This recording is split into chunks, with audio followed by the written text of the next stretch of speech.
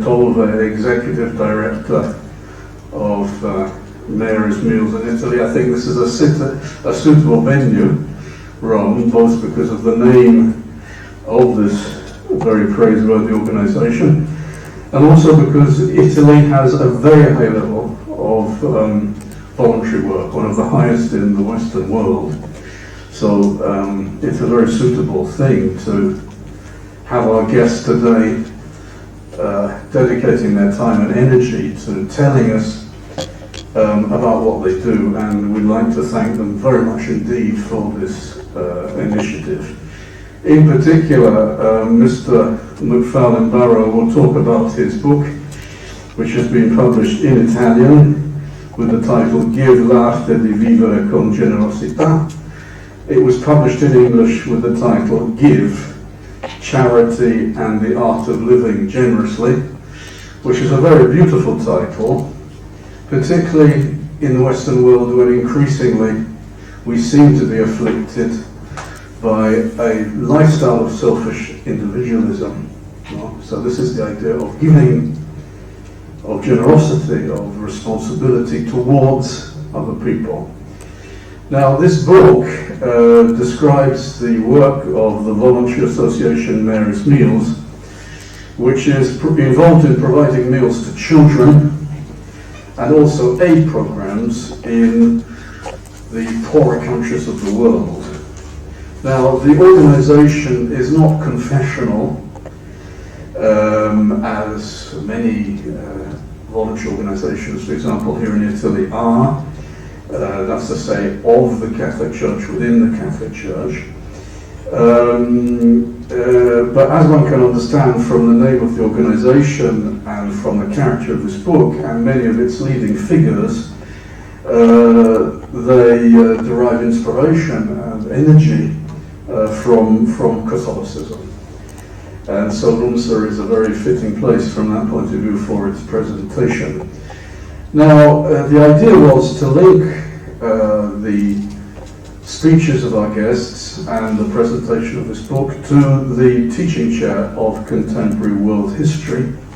And I'd just like to make a few very general introductory points linked to contemporary world history. Now, during our course, which has been 1945 to 1990, we've addressed in the history of the West the very important question of what should be the role of the state in society and in the economy. And this, of course, is a very big question and is often a demarcation line within national politics. How much should the state do? How much should it not do?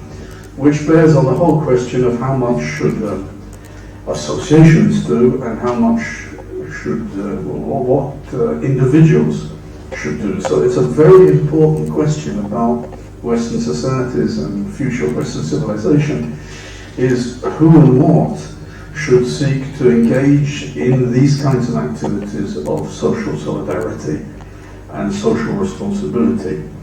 Another issue we've been talking about during this course is, of course, aid programs coming out of the Western world. We saw, for example, very important aid programs of the United States of America, 1945 right through to the early 1970s at very, very big levels. And today we still have the question, and it's a debated question, of how much aid should be provided by the wealthier nations in the world to the poorer nations of the world. Okay, so this organization raises that whole question of what aid should be given and by whom within the Western world and the more prosperous nations, of course. It's not only the West. Now, another question, of course, is the role of voluntary action and non-governmental organizations. And Mary's Meals is one of these. So it's the history also in the West of voluntary initiatives, voluntary activity, voluntary associations. And of course, the Catholic Church has a long history of action in this sphere. One can think of many religious orders who do this kind of thing. Let's think, for example, of the Chameleons, who are engaged in helping healthcare in the poorer countries of the world, and take inspiration from Saint Camillus dell. We think also of the social doctrine of the Church, and we think of the present papacy, which I think it's fair to say has put a lot of emphasis on the social doctrine and the social teaching of the Church. And so therefore, from the point of view of contemporary world history, we're also talking about the Catholic Church and the thought and action of Catholicism.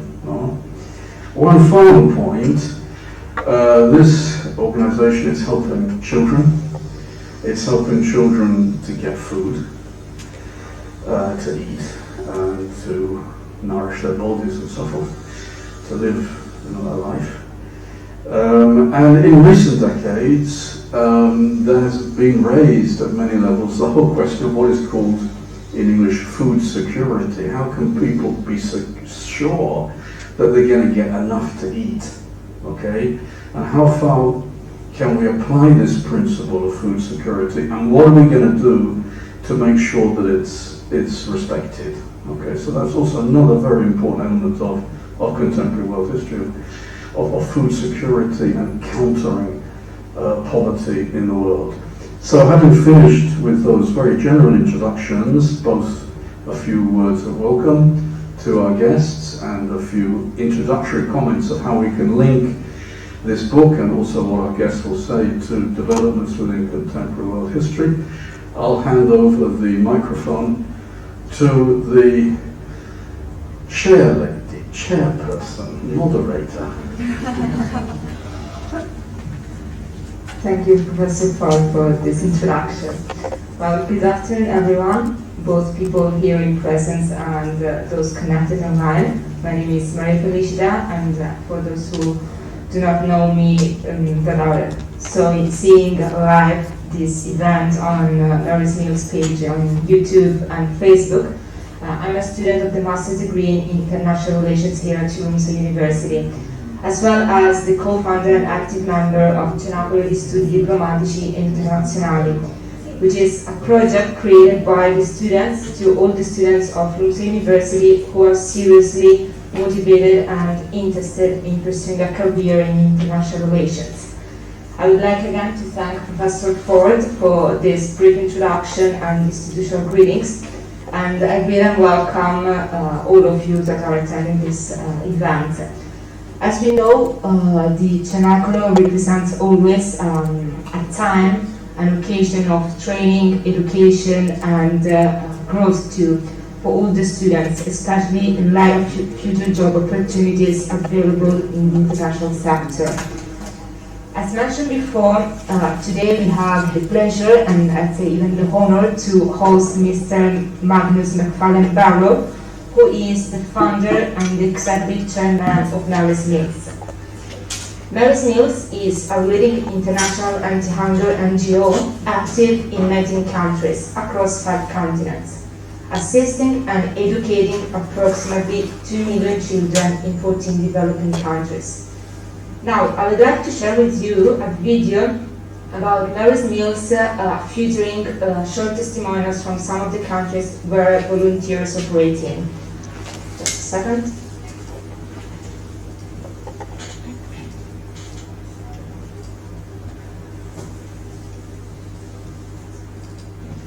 Can I ask people online if they are able to see the screen?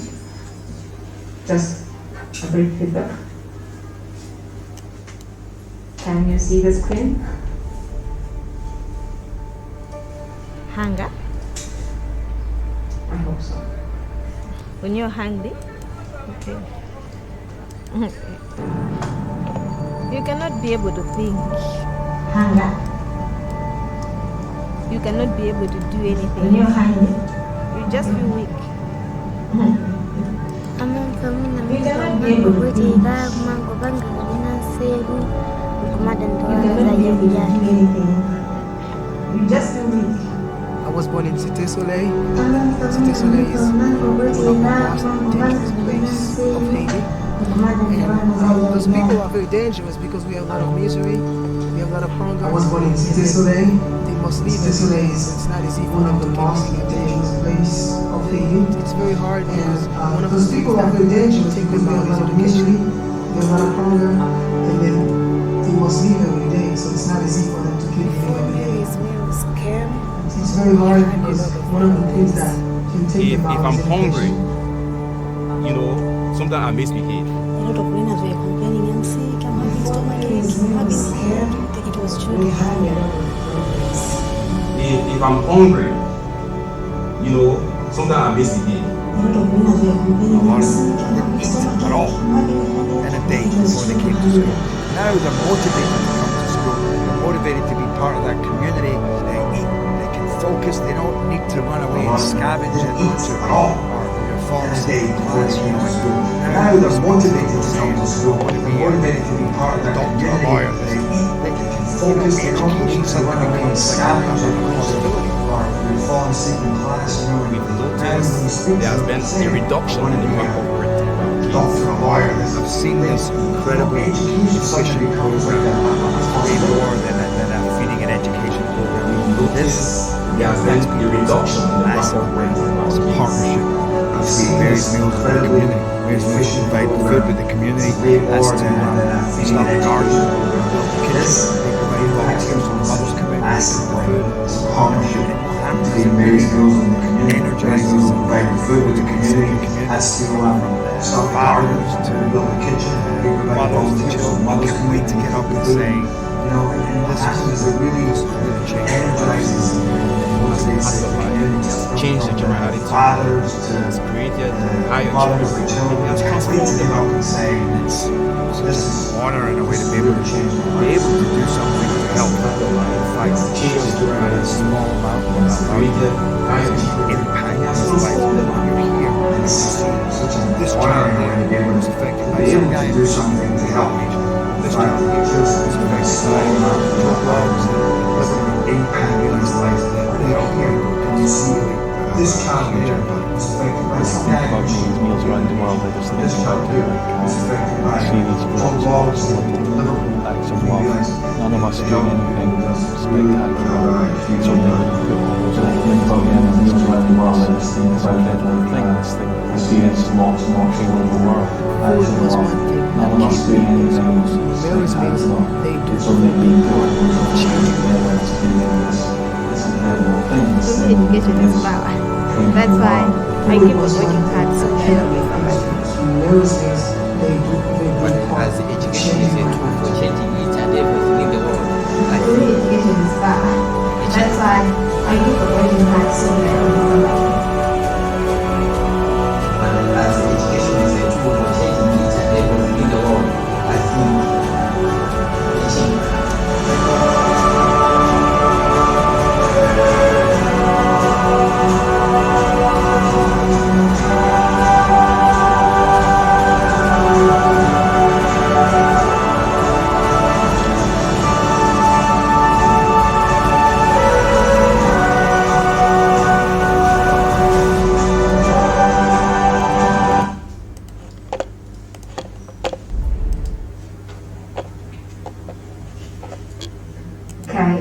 We've just seen a video which I think we saw the main vision leading Magnus activity mission that of course is that every child receives at least one meal in their place of education. And before we were speaking with Mr. Magnus MacFarlane Barrow when we were welcoming him about the fact that normally the mission, the main activities are not only led by the ONG itself, but even by the community and the people that are in presence in a particular territory.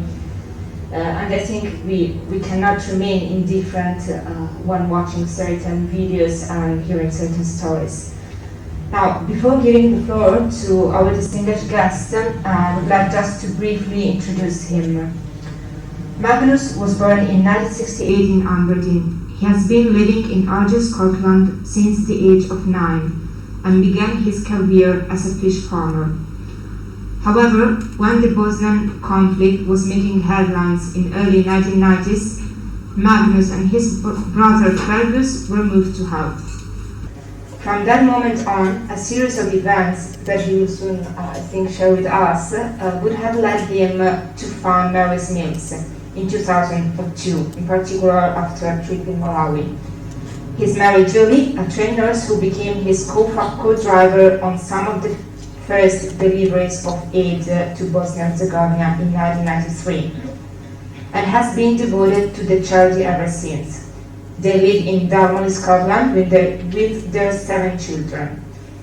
He was named one of the 2010 top 10 heroes by broadcaster CNN and received an OBE in 2011 New Year's Honours List.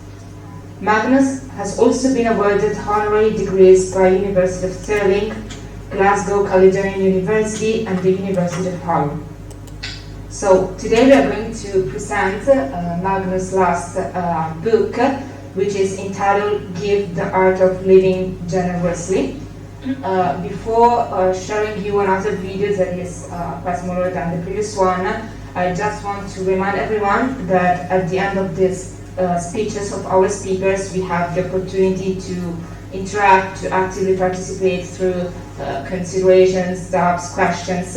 And I want to remind to the people connected online for privacy reasons that if they want, they can decide to not open their microphone and switch on the webcam because of some privacy reasons, as the event is registered and video recorded. Now I will share with you the second video.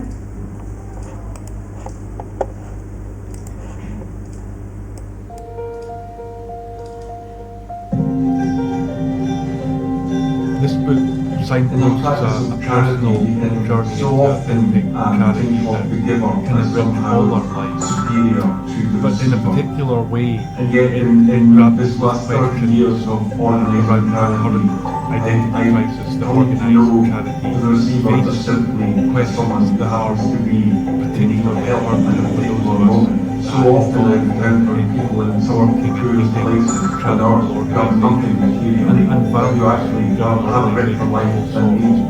This is a book that challenges various stereotypes about charity and aid. It signposts a personal journey that might sometimes be a little bit uncomfortable, not without risk, but towards a life of deeper joy with a greater sense of purpose and meaning.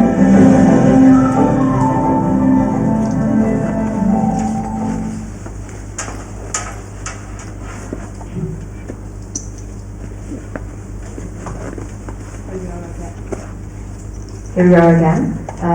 Well, I had the pleasure to read this book in the last weeks and last month, and I'd say it's a really powerful and inspiring book because it shows us the impact of charity on our lives and how the act of sharing and even sacrifice can be the key to a life of joy. And what struck my attention a lot was that at the beginning of the book you say, charity will always smell of freshly baked bread.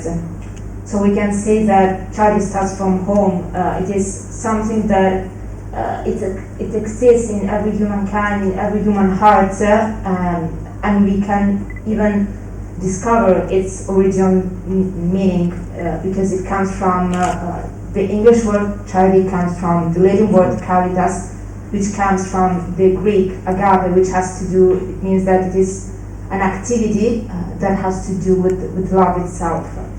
As one day Gandhi stated, love is not something to be acquired. It is always there. It just needs to be discovered. So I think the most important thing to do is to recognize that everything in general is a gift, and as a result, each person is called to serve charity in its unique way. But we have to understand better the meaning of charity. I mean, it is not only to help people abroad, far away from us, and charity is not limited to the material realm. I mean, there are deeper human needs, for example, our friend that is sad, that must be recognized. So charity is even listening, dialogue, and having empathy with our best friend or our parents, for example. And in addition, we have even to say that sometimes when we practice charity, there's the risk to fall into hypocrisy by donating to distant places and ignoring the fact, as I said before, the people around us. So this is even something that has to do with many corruption sad stories in which the many ONG in the past was involved in. And then from the title of the book, we understand that giving is not only an expression of generosity, but an art. So I sincerely apologize to my guests for having taken too much time to this speech, and I'm giving you the floor, Mr. Magnus, by asking you what transforms charity giving into art. What were the turning points that led to the creation of Mary's Meals and the main difficulties and challenges you face with? And if you see the act of providence in your activities. Thank you.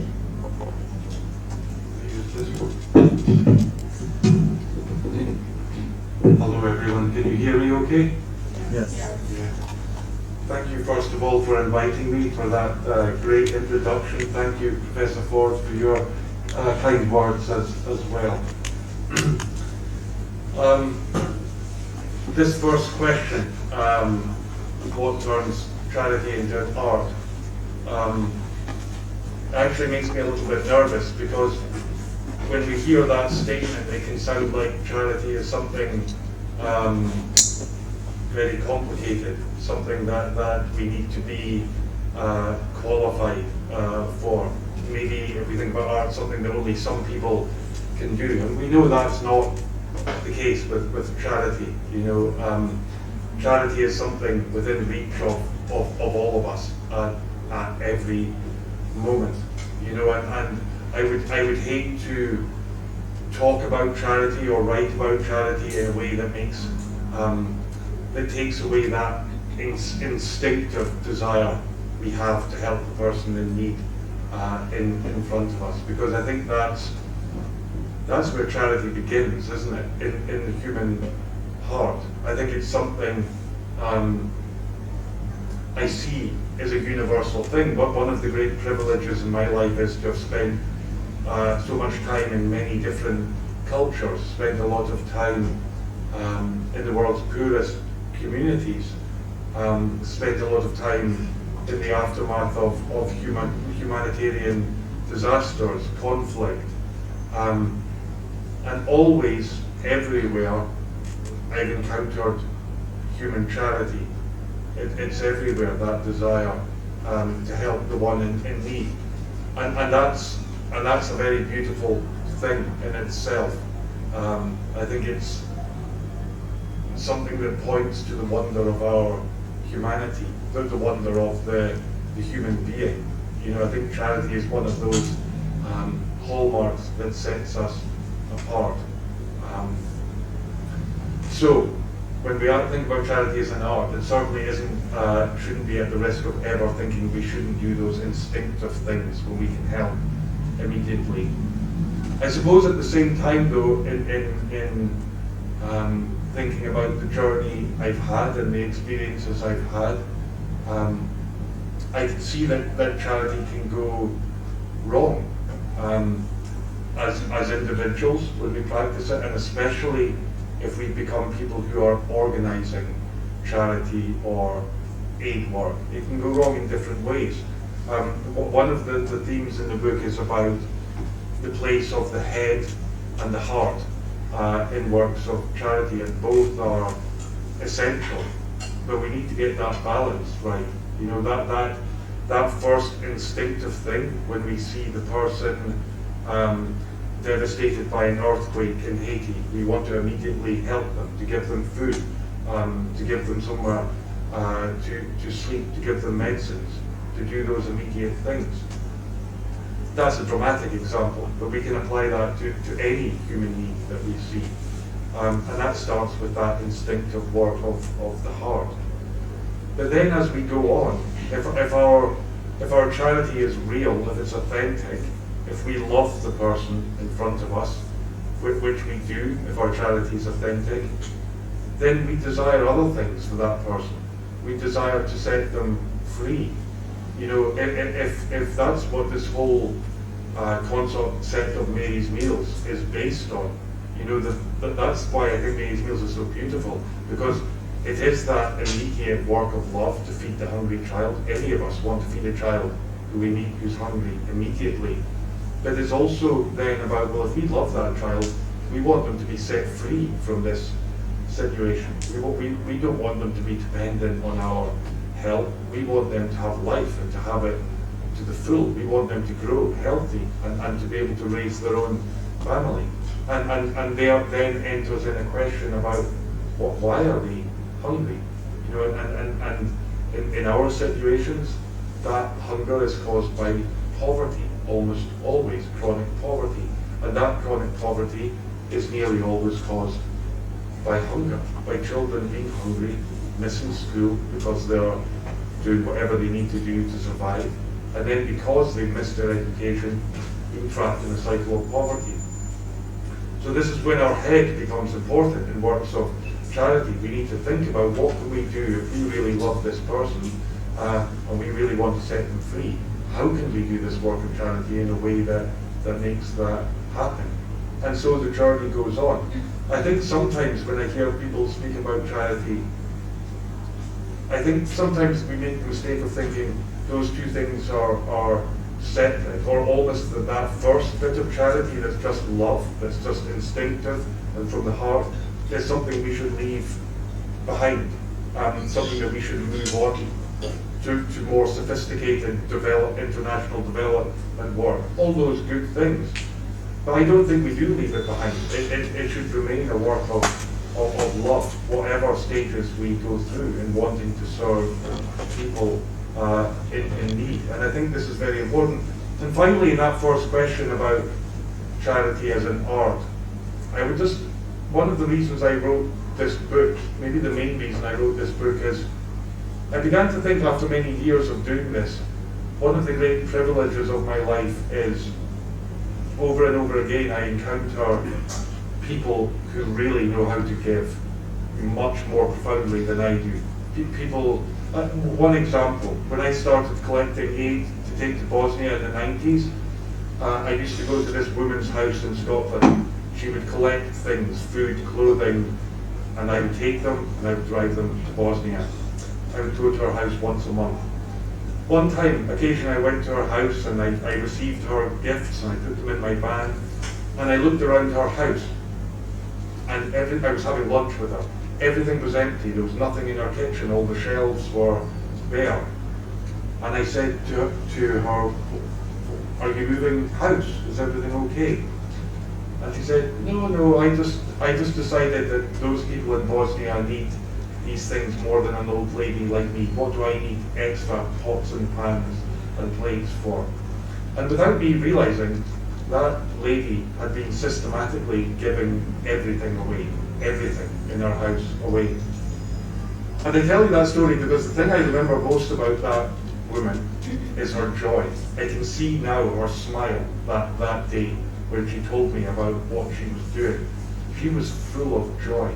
And that's something I noticed, a pattern over and over again. The people who give the most profoundly, people who really give of themselves, also tend to be the happiest, most joyful, most fulfilled people I know. And so when I dare to describe charity as an art, the art of giving, I'm thinking of people like that woman, Mrs. Duncan Jones, who's in heaven now, I'm sure, that really show how deeply this journey can take us and how it can transform our own lives. Because sometimes also we make the mistake when we think about charity as, when we're fundraising, like we are here in Italy for Mary's Meals, we might think, well, we're just taking some goods, some money away from these people here to give it to these hungry children over there. But that's not it. That's not charity, because we're not taking something away from anyone. Because when we give somebody the opportunity to give effectively in a way that really makes a difference, we're giving them a gift also, because their life becomes richer, becomes better. That's our experience in Mary's Meals if we get it right over and over again. But to do that, for that really to be the reality, our work always needs to be rooted in a very deep respect for the human person involved in our mission. It doesn't matter if it's whether it's a child that we're feeding or whether it's the person that's giving us a gift. If we start to lose respect for them, if we start to think we're superior than them, if we start to think the giver is just like an ATM machine and we're trying to apply marketing techniques to extract money from them, it starts to go wrong. I think if we look at the scandals that charitable organisations have caused in recent times, I think if you trace them back, they normally begin with a loss of respect for the people that they are serving. So that's just a few thoughts on that first question. You keep me right, please, on time if I'm going too long. What were the turning points that led to the creation of Mary's Meals? I'll maybe just talk briefly about two turning points. The first was, I never intended to do this work. This isn't what I plan to do with my life. I'm not qualified to do it. I'm a salmon farmer, a fish farmer. And that's what I was doing as a young man in the Highlands of Scotland, where I lived. And in 1992, my brother and I watched a television report about how refugees were suffering during the war in Yugoslavia during the 90s.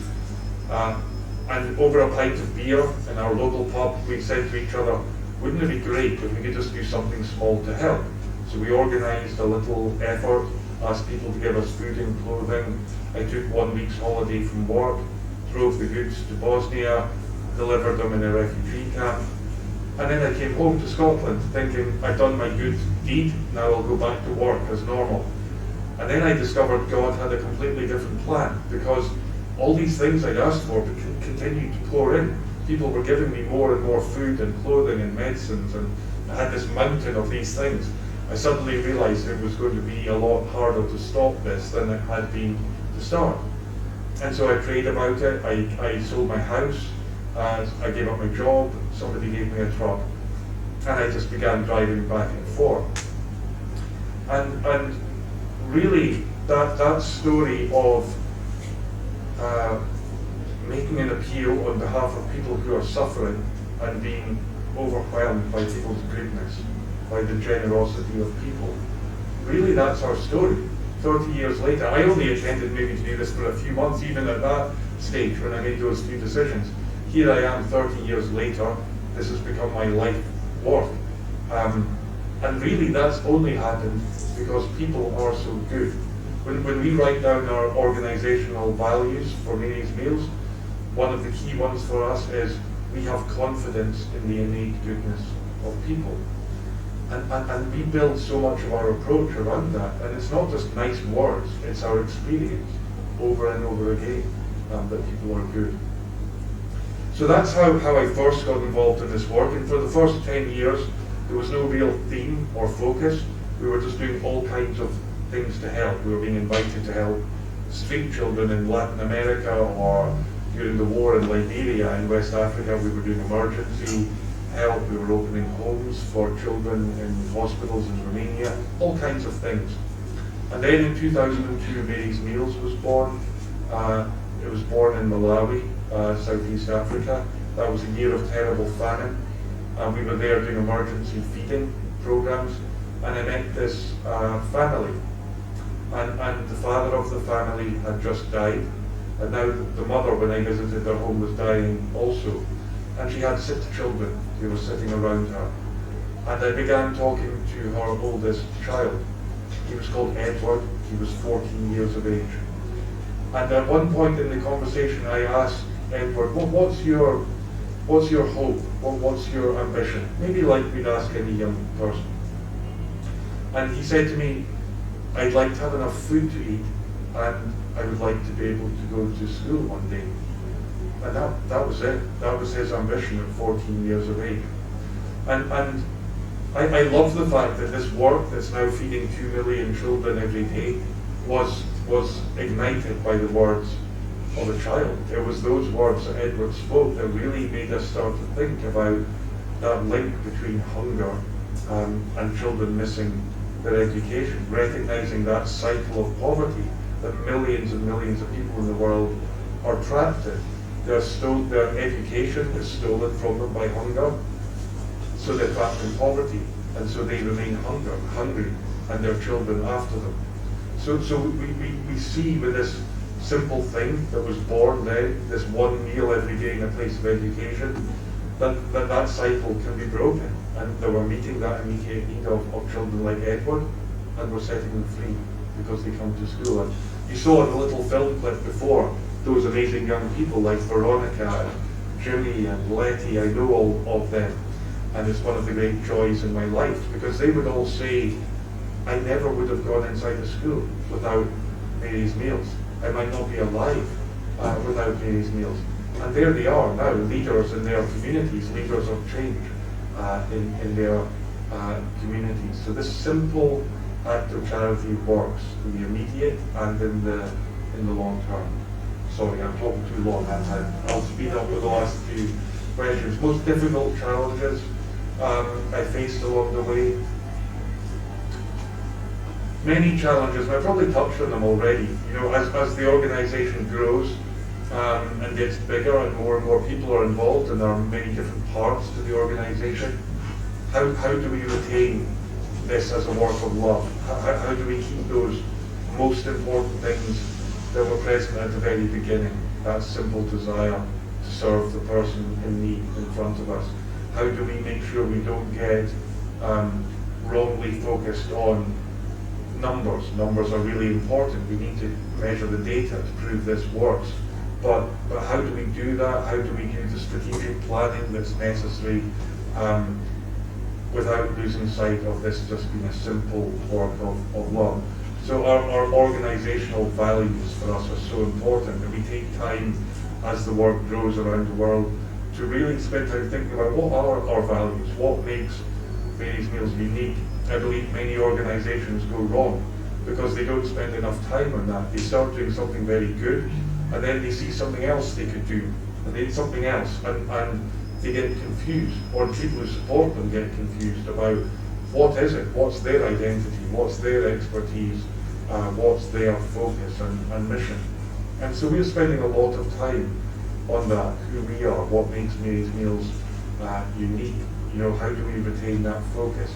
We believe that we are called to do one important thing and to do it very well, and not to pretend that we're experts at other things. And that's a challenge, retaining that focus when we see so many other needs. For good reasons, you might want to do other things. So that's one challenge I would mention.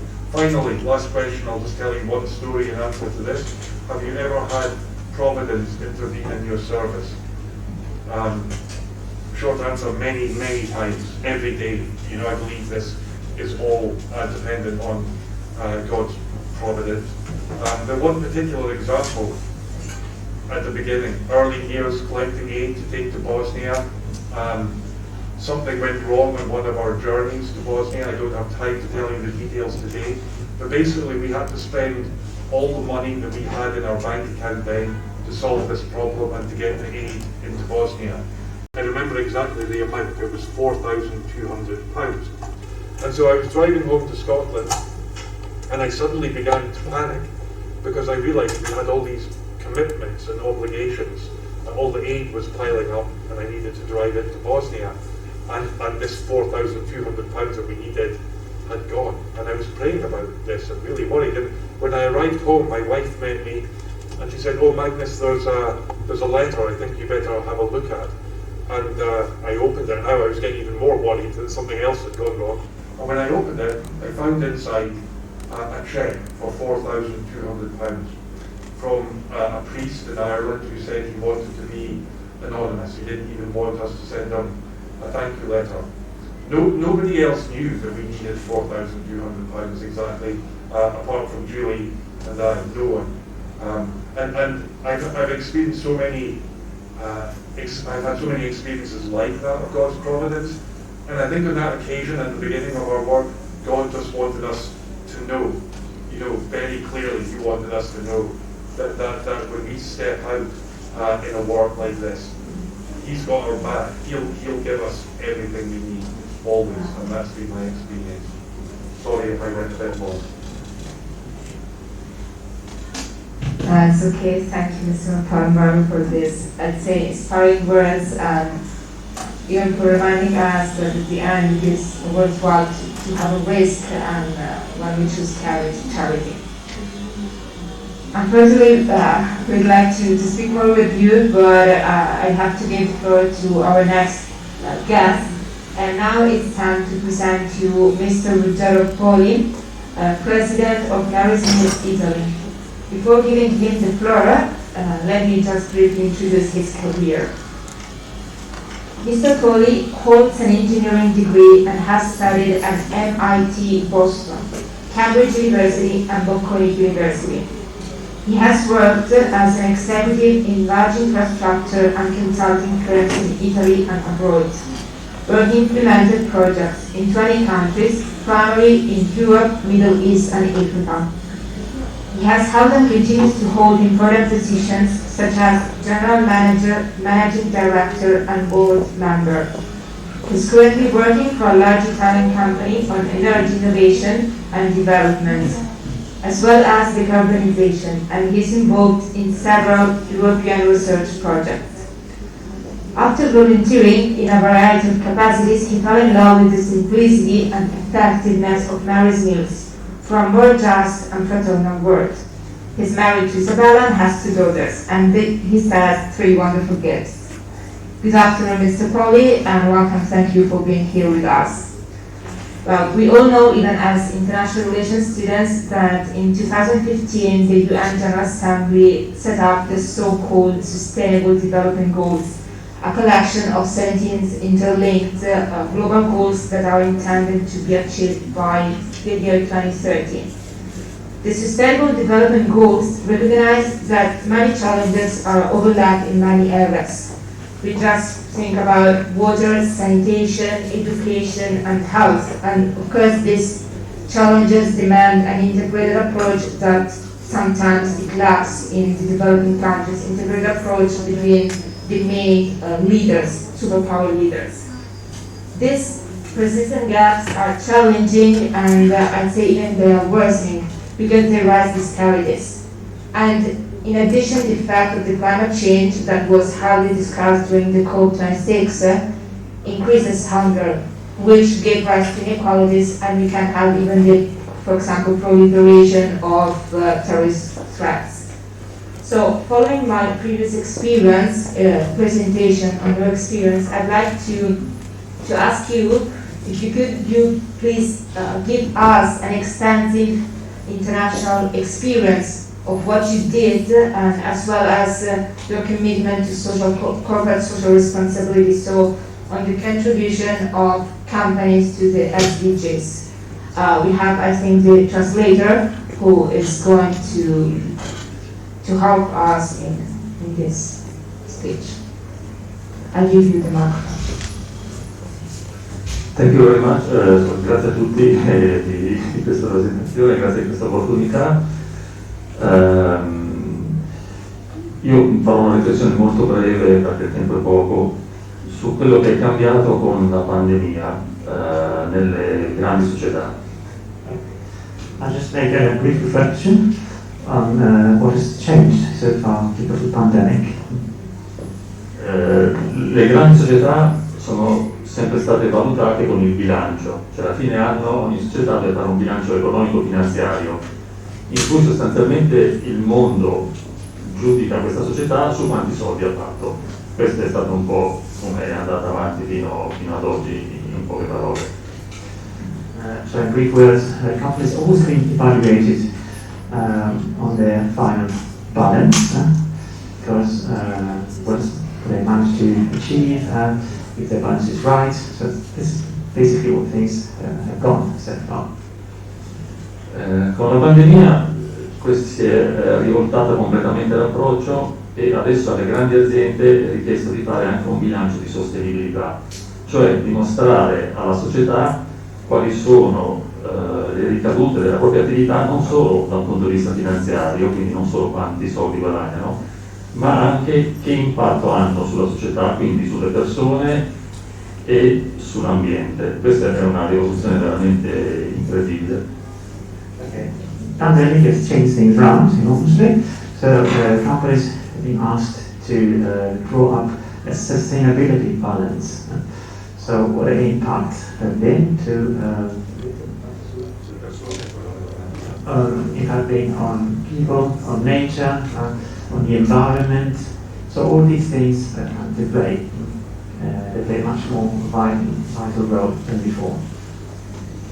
Quindi le aziende, per una richiesta del mondo finanziario da un lato e per una richiesta dei consumatori, che poi siamo tutti noi, hanno incominciato a capire che è fondamentale non solo sfruttare la natura e sfruttare le persone, ma portare un contributo positivo alla vita delle persone, non solo quelle che lavorano per l'azienda, e non recare danni alla natura, sfruttando per esempio l'acqua e le materie prime che sono quasi gratis ovunque nel mondo. So companies have been asked to make a fruitful contribution to people, so not just concentrate on exploiting nature and the environment, but to actually care for the needs of people in general. Mary Smith è un esempio di come è possibile avviare un nuovo ciclo di collaborazione tra le aziende, le corporate e le NGO, perché per riuscire a raggiungere certi obiettivi come la fame nel mondo, le aziende da solo non possono farcela, perché le aziende hanno un primario obiettivo di offrire i loro servizi.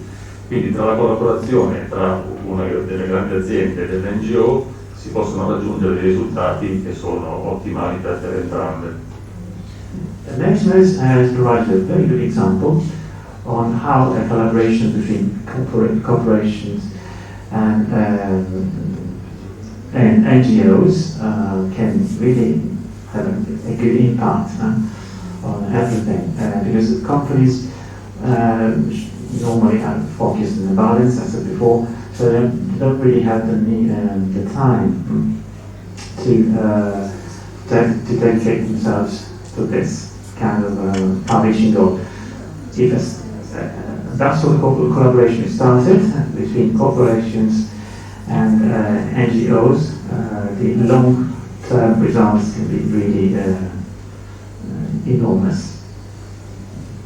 La differenza fondamentale la fanno sempre le persone, quindi voi che un giorno lavorerete avrete la possibilità nella vostra vita, con piccole azioni o azioni anche un po' più grandi, di favorire questo tipo di collaborazioni se, come diceva Magnus, vi lascerete toccare il cuore dalla generosità. Of course, the main difference is made by people themselves. So actions, people's actions, people's initiatives. And this would also be possible if you yourselves would let yourself be touched, and your heart's touched by such goals, such initiatives, as Magnus pointed out in his intervention. Thank you very much. Thank you, Mr. Poli, and thank you for having shown us the importance of companies and the impact that companies should have in their territory that is not only economic but even social, so the responsibility too.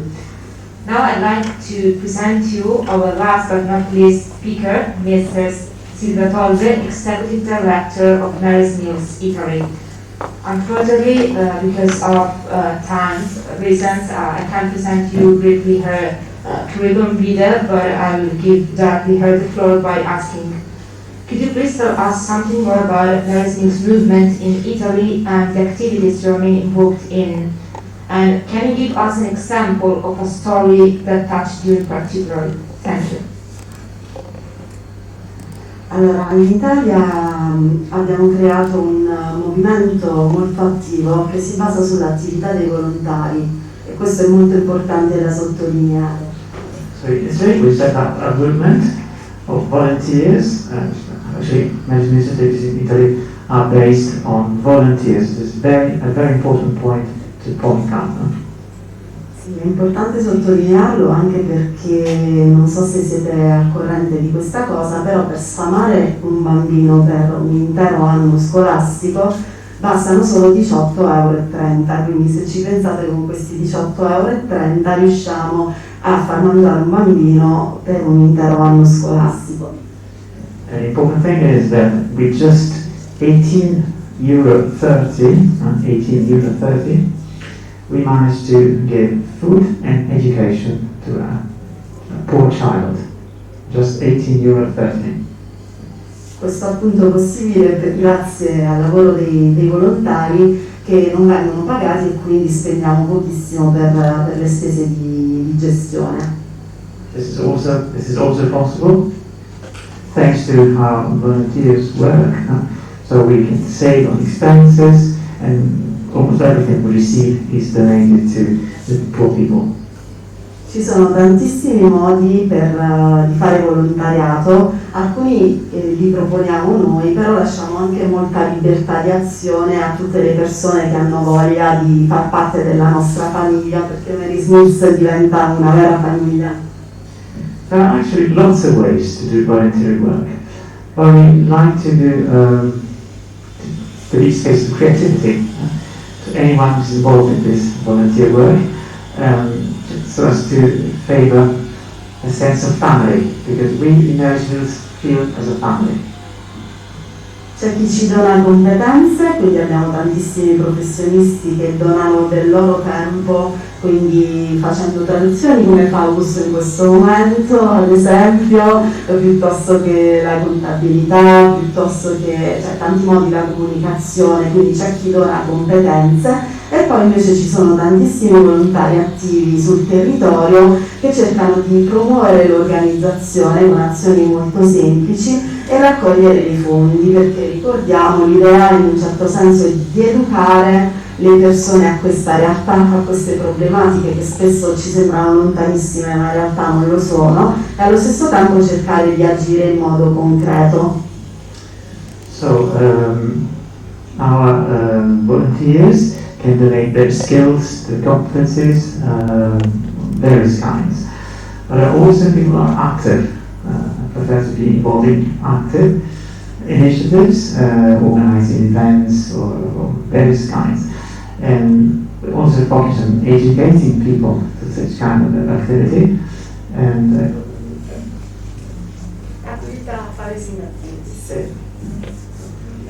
just summarize. Per darvi qualche esempio concreto delle azioni che svolgiamo qui in Italia, si va dai piccoli eventi organizzati, ad esempio dei mercatini solidari. For give you an example, could be a solidarity marketing. Si va poi a delle manifestazioni sportive. Abbiamo organizzato quest'anno una maratona solidale, for example also sport, it's very used to fundraising. We made a solidarity run this year. Attualmente abbiamo in atto, anzi vi invito ad iscrivervi, un concorso canoro. For example, in this moment we are running a gospel competition, yes. Poi tante altre cose, andiamo nelle scuole per fare promozione ed educare i bambini, go to school to promote Mary's Meals and introduce Mary's Meals to students and teachers, for example. E poi lavoriamo naturalmente anche con le aziende, come ha descritto il dottor Poli. We work with companies, described by Mr. Poli. And facciamo tantissime attività di comunicazione. We are doing also communication campaign very important, e cerchiamo di attivare tutti i canali possibili per far conoscere Mary's Meals. We are trying to activate all the possible channels to make Mary's Meals known. L'altra domanda era qualcosa. Yes, as we are in a university contest, I'm thinking to Davide history. Davide is a student like you, and this year I got a fundraising project on our platform, because it's possible to create our own fundraising project called I don't go to university but I'm happy. Okay, I don't go to university but I'm happy was very strange to me. So I called this guy in order to verify that was not a fraud or something like that, because you can imagine it's something that happens sometimes. And he just, in a very simple way, explained me that during the lockdown, university closed. I feel very sad, and had time to go more through social channels and discovered our Generation Hope campaign. And he understood that if in Italy university closed, school closed, was very hard to live, in Mary's Mills countries, school closed means no food. And no food is be safe, no? It's a life risk, was another plan. The reason why he decided to consecrate his lockdown time, creating this fundraising project and ask his friends to watch a generation of film and help people to go to school, not only to get an education, but also to be alive, because school changed lives in every sense. And this touched me much, because it was a very great example what also a young like you can do with a very, very simple way to communicate and involve people. Thank you, Mrs. Towey, for this experience and for having shown us that with little things we can do really something extraordinary. Now we have reached the second part of our event. It is time for asking questions and giving your personal considerations on what we have previously talked about, and all of our guests are going to answer you. I kindly ask the people connected online just to book themselves in the chat if they have any questions, and I will make sure to give them the floor and to let them speak. Just to break the ice, I'd like to ask maybe both Mrs. Tolge and Magnus. It could be a banal question, but it's really important this time. What has been the impact of COVID-19 in Marism's activities, both in Italy and abroad? So maybe I'll take the abroad bit, you can take the Italy bit, Sylvia. It was a huge impact, because in most of the countries where we serve the meals, schools were closed for long periods of time. Obviously our mission is all about meals in schools. But we recognised very quickly that while there might be a good reason to close schools for public health reasons, there's never a good reason to stop feeding the children. So we had to adapt our model very quickly so that the children could eat at home. So that was in the form of parents coming to our stores, our food stores at the schools, and being given the food to take home, to cook at home for their children. So in this way, we've been able to keep our promise to the children through this time of school closures. And that's really only been possible because our project is genuinely a locally owned work. So it's local community leaders, the schools that really lead this work day to day. And it was them that came up with the solutions that we needed to find. At the end, for us, COVID was an opportunity. Straight to tell that was like that, because it was for us the opportunity to strengthen communication activities and to join people with communication that in another way was impossible to join.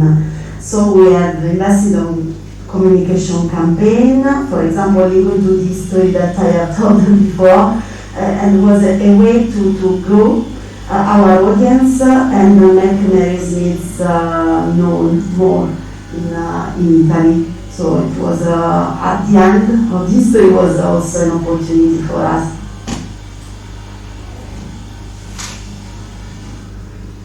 Thank you. I don't know if there's someone here in presence who would like to ask a question to our guest. I have Gianluca next to me. The floor is yours. Good morning. First of all, I would like to thank everybody for being here at this event, and our kind guests for their teaching and for transmitting us this beautiful mission that touched us very, very, very well. And I would like in particular to ask Mr. Magnus, A question concerning crisis which was organized charity have to face every day. And were there any particular scandals or cases of corruption in the past? And if yes, how were they dealt with? Thank you very much.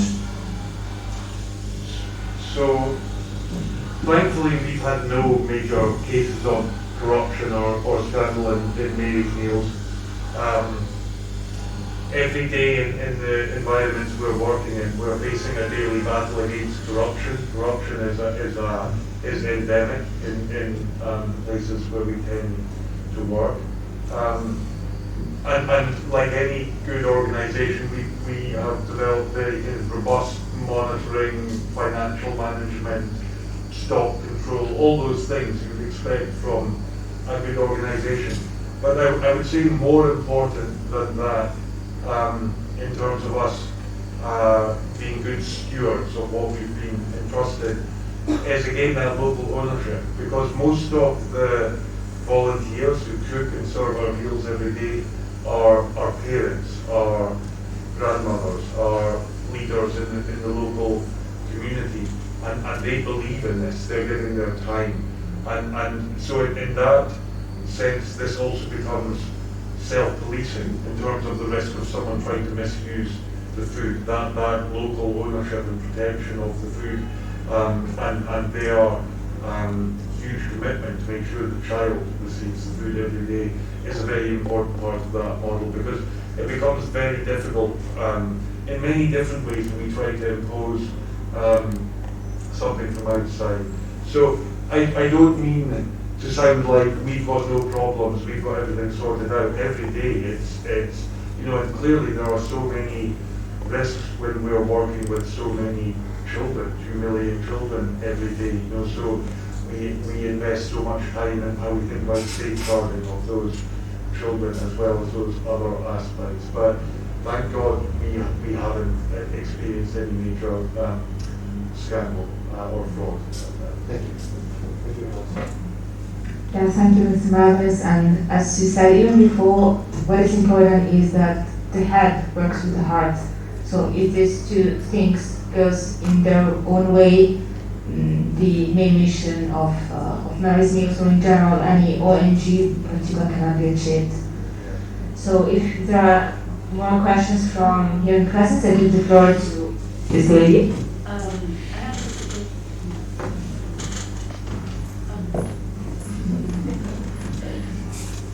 Thank you. I just had a question about how did you get the food over there? Like, do you work with local farmers, or do you like more get food in Europe and send them to them through some companies, or how do you do it actually? Thank you very much for this question, because I didn't have an opportunity to explain that very important part of our model. So as much as possible, we buy the food locally from the local farmer. You know, for obvious reasons, we want to support the local farmer, we want to really build the local economy. And again, that sense of local ownership, we want this to be sustainable. We want these school feeding programs that we are setting up to continue beyond the need for outside help. So in every sense, including the food, we want it to be a local solution. So that's great. So in our biggest programs, like Malawi is our biggest, 1 million children eat only in Malawi, 30% of the primary school population there. All of those meals, the food is grown and produced in Malawi, so that's wonderful. In some other situations, we want to do that, but we can't, like in conflict situations, South Sudan today, or Ethiopia, or even Haiti, to an extent, we're having to import some food. But when we do that, we're always looking for ways, opportunities to help local food production. Not directly, we're not experts in agriculture, but for example, in South Sudan recently, we partnered with an organization who were encouraging people who've been fighting for many years, soldiers, to put down their weapons and to begin farming again. And simply by saying to them, Mary's Meals can buy all year round anything the produce that you grow for our program, that gave those people the courage to take that step and to begin farming again. And so there are many examples of that where we look for good good initiatives in agriculture where we can help that happen. So this is a really, really important question. Yes, thank you. I know that there's a question from a new active member of the Cenacolo. He stands there in both sides. Yeah, thank you to be here, and thanks to all our guests. And I would like to ask my question to Mr. Noli, because I listened a sentence that was very, that attracted me so much, and it was that the future is ours, and to engage ourselves. So my question is, how, for example, climate change affected and influenced the life of poor people? So how climate change affected the life of poor people in terms of, for example, migration?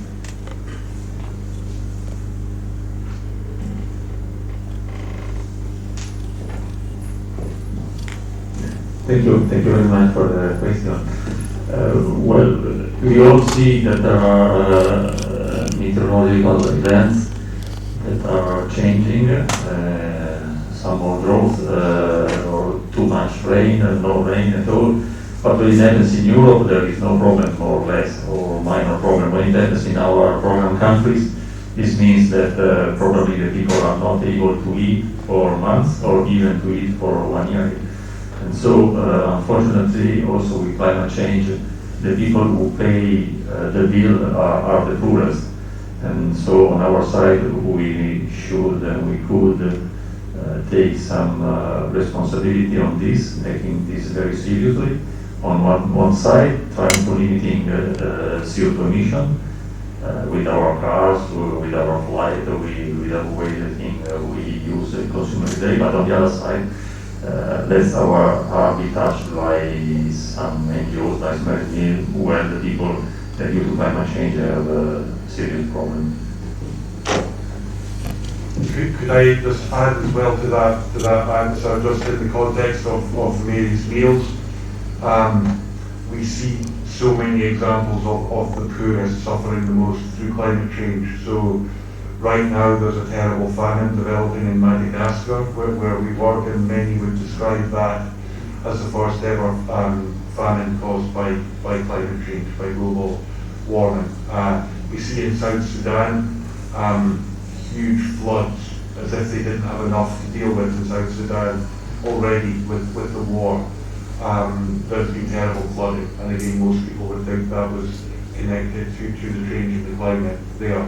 In Turkana, North Kenya, one of our biggest projects where we work with semi-nomadic people, the Turkana people, who live in semi-arid lands. We see the climate changing there, which makes their lives even harder. You know, many people moving from that area to the cities. And on the question about migration, I would just say one of the things about Mary's meals is, without making any political statement at all,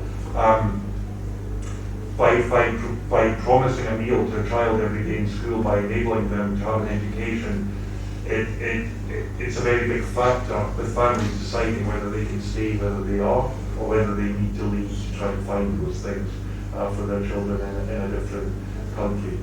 So it gives people new options, new choices as well about the future. Thank you, Mr. MacFarlane Barrow, for this answer, and thank you to Mr. Poli. Unfortunately, we are getting close to our event, to the end of our event, and I'd say we are very glad to have presented this journey into charity. And thank you, Mr. Magnus, for having taught us how to be good artists too. As you may have noticed, there is a desk in my left with some books, brochures, and I think bags. At the end of our meeting, you are all encouraged in presence to approach and pick up a copy if you like, with free offer. I'd like to just add that if you want to discover more Mary's Meals, don't hesitate to visit our internet site, marysmeals.it, or just contact us to our social media or write to info@marysmeals.it. I would be happy to know you. Thank you for this added information. I would like to now thank again all our distinguished speakers for their insightful comments and the willingness to answer to our questions. I would like to thank again Professor Ford as the coordinator of the event, and even Professor 𝐦𝐤𝐦𝐿, which is the president of the Master's Degree in International Relations, who, because of her institutional appointments, wasn't able to attend this meeting with us. And she is the coordinator of our project of Cenacolo di Studi Diplomatici. Cenacolo di Studi Diplomatici Internazionali would not have been possible without the synergy created by all the professors and distinguished guests that, from the beginning of our project, welcomed the idea with big arms, etc. And even the synergy that was created among the co-founders. I'd like just to mention each one of them by naming. Alessandra Spadafora, Marzia Granati, Melania Iermieri, who is here with us, Ilaria Tasseri, Federica Leone, and Enea Berardinelli. Some of them are connected online because of working reasons or they are in Erasmus. And then to the active members, Gianluca Di Staso, Federico Spoletini, Isabella De Baptistis, and Alberto Tomberli. I'd like just to remind all the present people about our next appointment, which is fixed on Thursday, November 25th from 5 to 7 p.m. in room 11, and of course simultaneously live on Google Meet. We will be glad to host Loredana Teodorescu, Head of European and International Affairs of the Luigi Sturzo Institute, as well as Secretary General of Women in International Security, WISE Italy, co-founder and head of the Global Women Leaders Program. The event, of course, will be an opportunity to explore the issue of women participation in international careers. Now, I think we're getting to the conclusion. Just last thank to our distinguished both guests and to the participants, and I wish you everyone a good day, even to people connected online and who followed us on the YouTube and Facebook pages of Mary's Meals. Thank you.